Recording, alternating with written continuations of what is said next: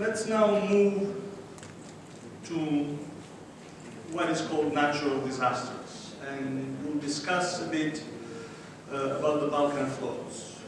Floods on a catastrophic scale that affected Bosnia and Herzegovina in May 2014, as months worth of rain fell in just 3 days.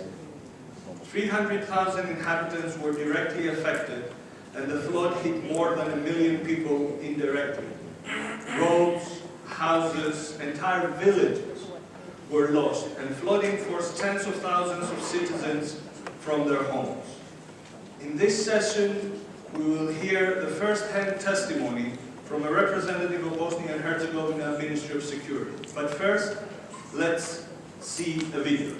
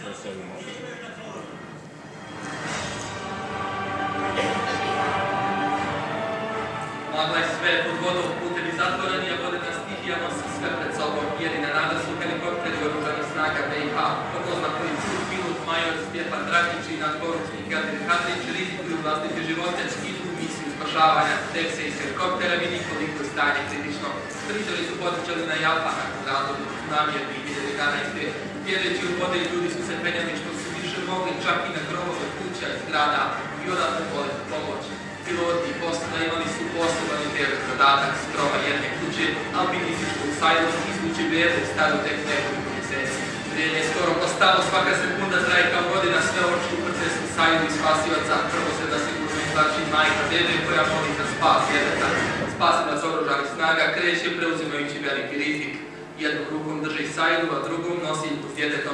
Minute traju kao vječnost i na kraju sve je prošlo u najboljim redom.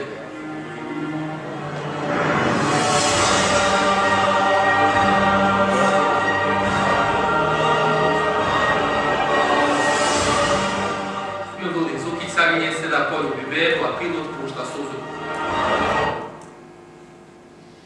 Okay, I would like now to introduce Mrs. Mirnasa Softic.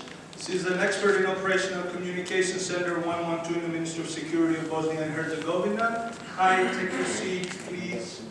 And we will discuss with her because she had the role of the overall coordination of incoming assistance.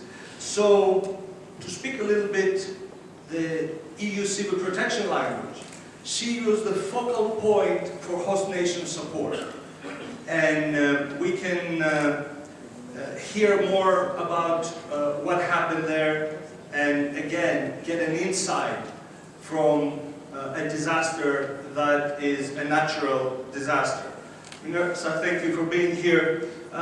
Is there something that you want to add about what happened apart from what I said and what we saw in the video before we start looking at the response? Is there anything else in terms of information? We said 300,000 people affected.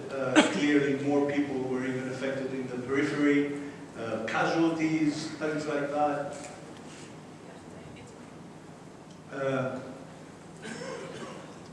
Now it is, I hope.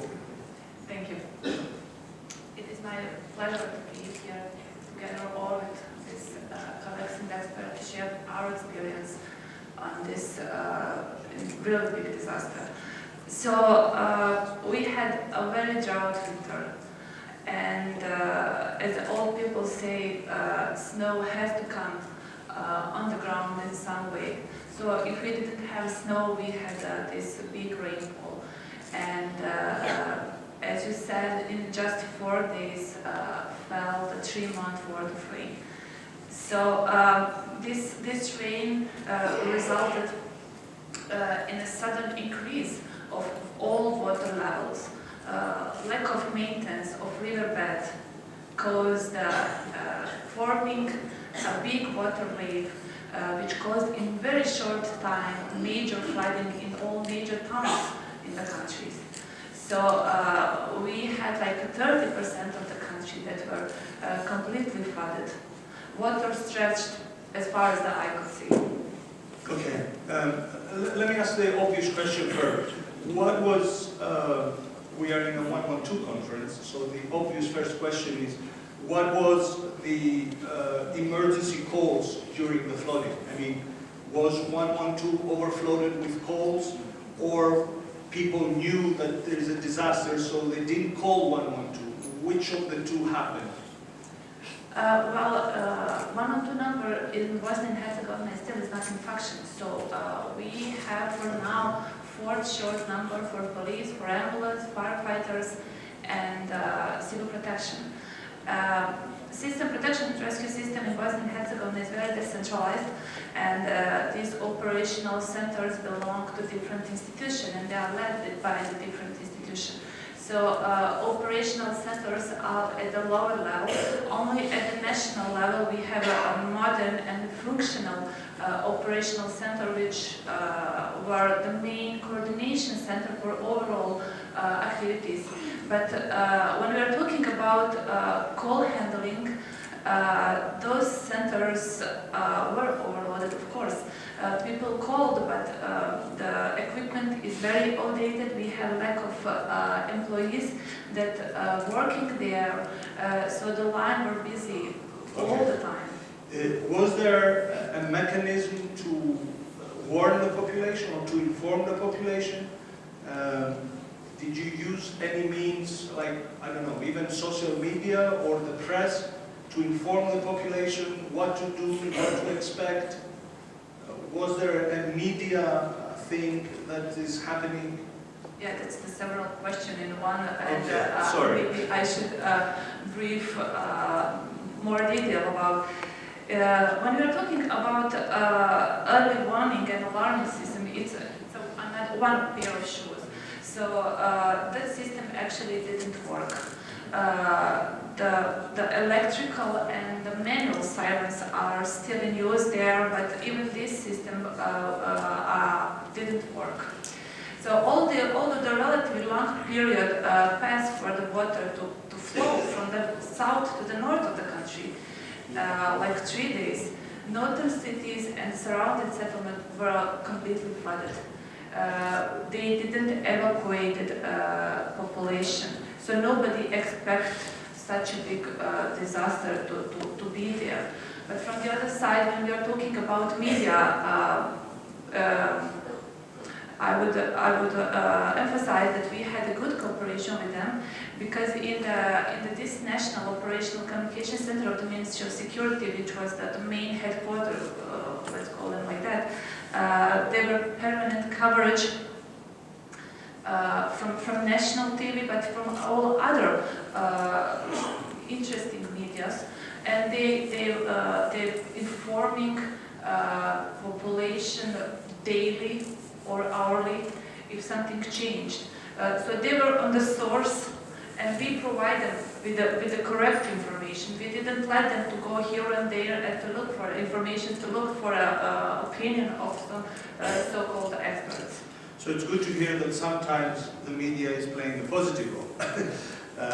So we have to recognize that as well. Thank you for pointing that out. So clearly, as you set the stage, and as you mentioned all those things, it is evident that assistance had to come from outside as well, from inside. So what were the steps that you took to get assistance from the outside? Having in mind again the protection and rescue system in Bosnia and Herzegovina is very decentralized, we try to respond on disaster by all our own resources. We engage the armed forces and all other available civil protection and the rescue services within the country. But on the second day, we figure out that the Bosnia and Herzegovina is not able to cope with the situation.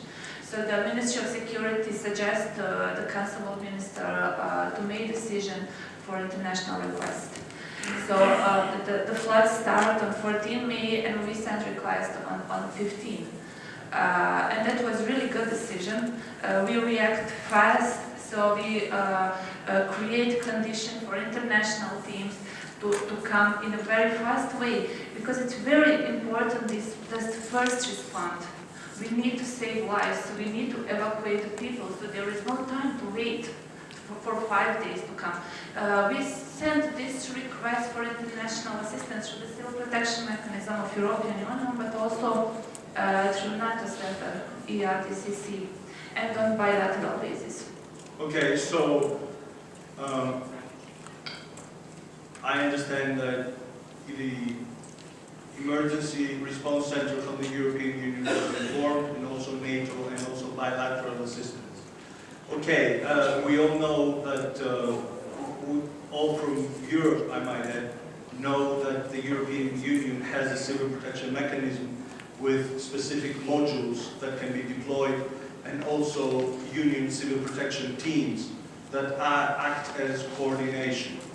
There is also the UN mechanism with UNOSA, but this may or may not interfere. So how did the response, the international response, escalate? Did EU send an EU CP team, European Union Civil Protection team?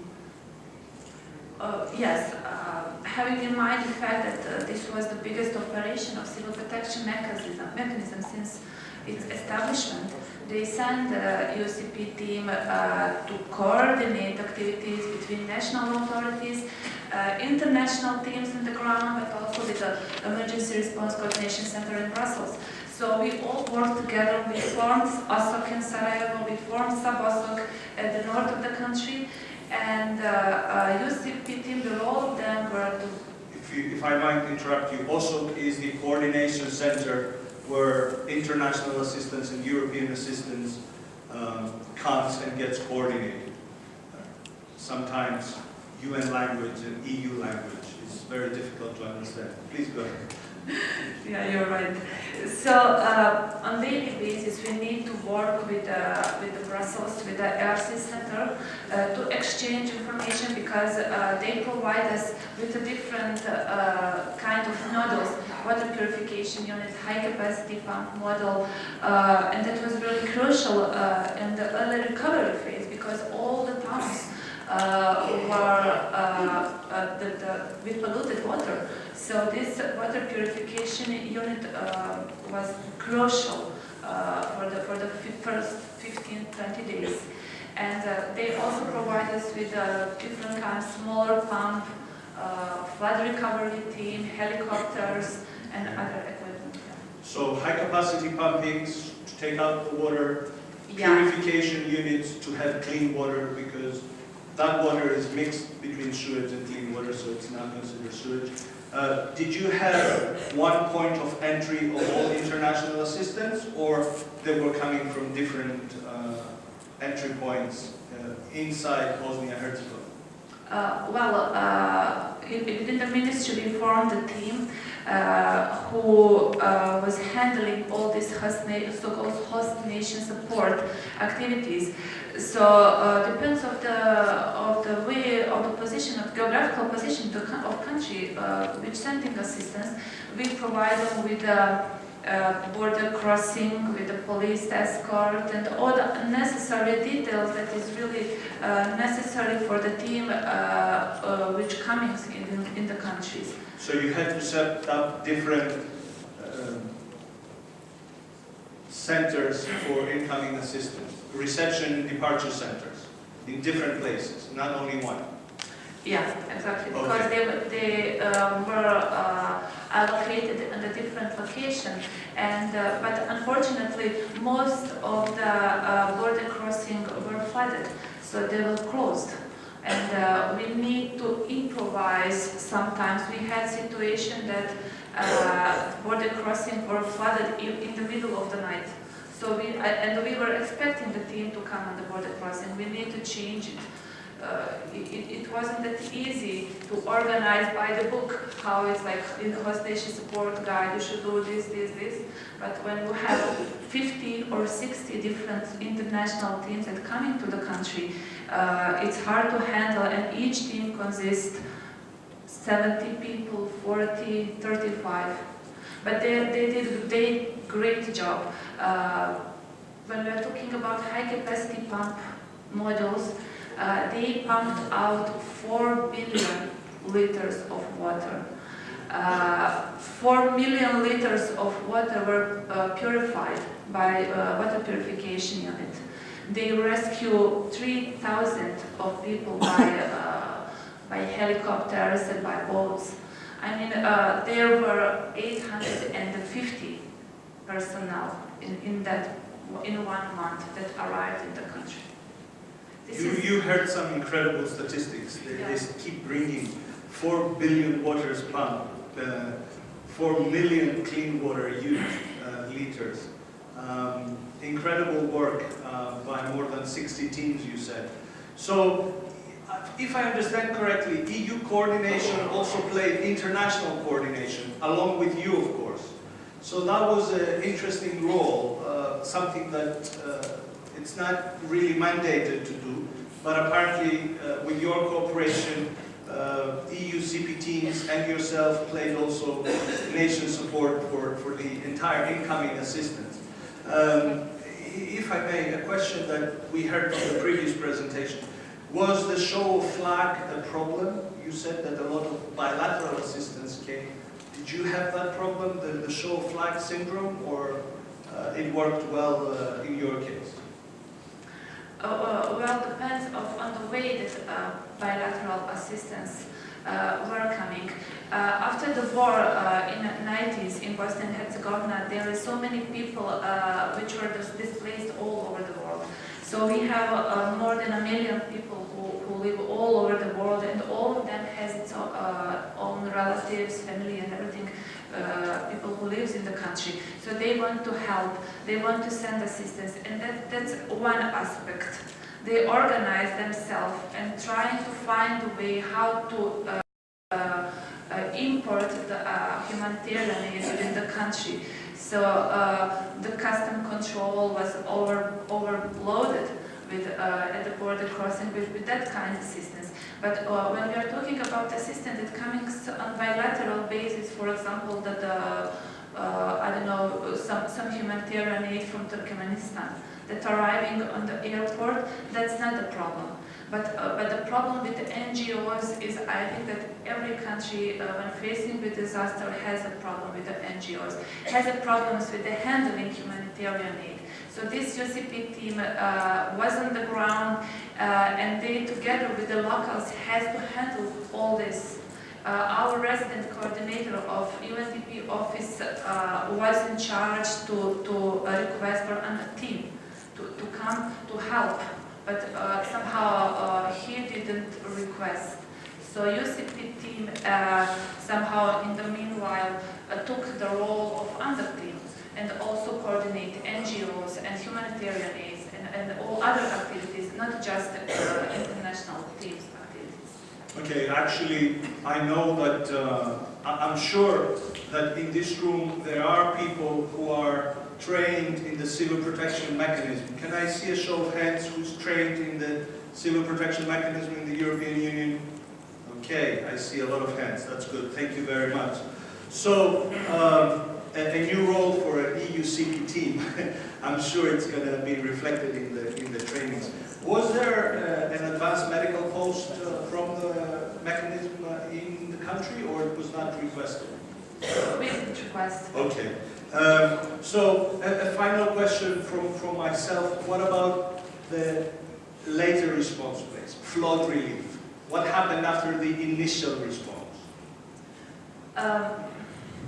This was the really biggest disaster that ever hit the country, and the consequences and the damage was assessed on the 2 billion of euros.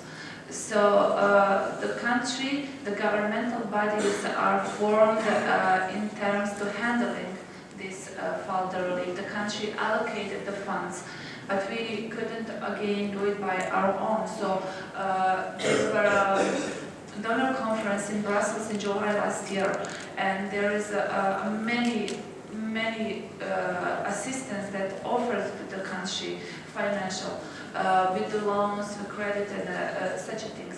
But so far we are not that satisfied with the process of flood relief. There are still a lot of people that they are not returned to their homes.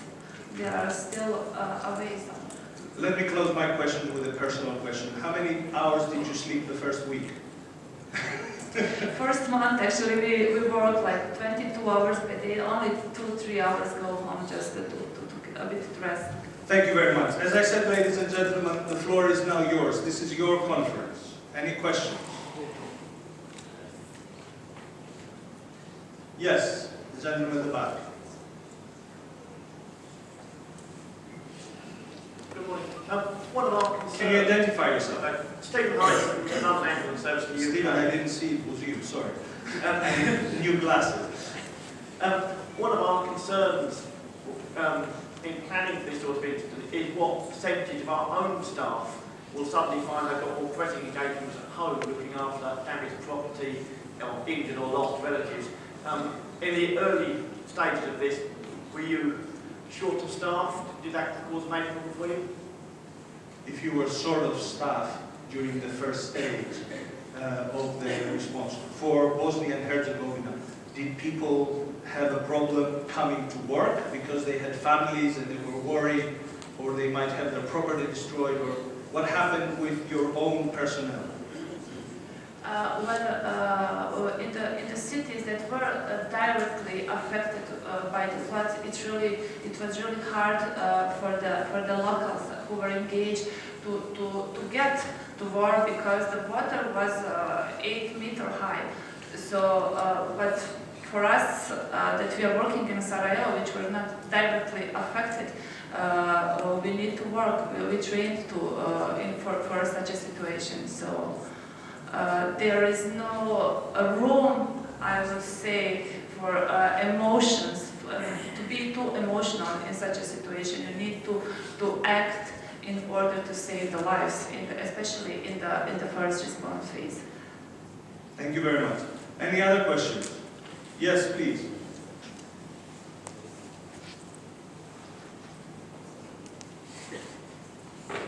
Kindly identify yourself before placing the question. Stephen, sorry that I had to translate English to English from an Englishman, and we agree. I'm sure there is a problem there, but... Good morning, Ian from the Czech Republic. I was personally involved in the rescue operation as a team leader, like visit pumping team from the Czech Republic. And we realized that minefields and those things were a big security issue. What your government is going to do with the situation about the minefields, and what's next steps according to improving your country to prevent the floods and reaction on it? Interesting question, thank you very much. Yeah, that's a really interesting question. During the floods, I mean, everybody knows that in the Bosnia and Herzegovina, after the war, there are so many minefields. And with such a big floods, these mines were moved from one place to another. And actually, nobody in that moment couldn't really know where they are.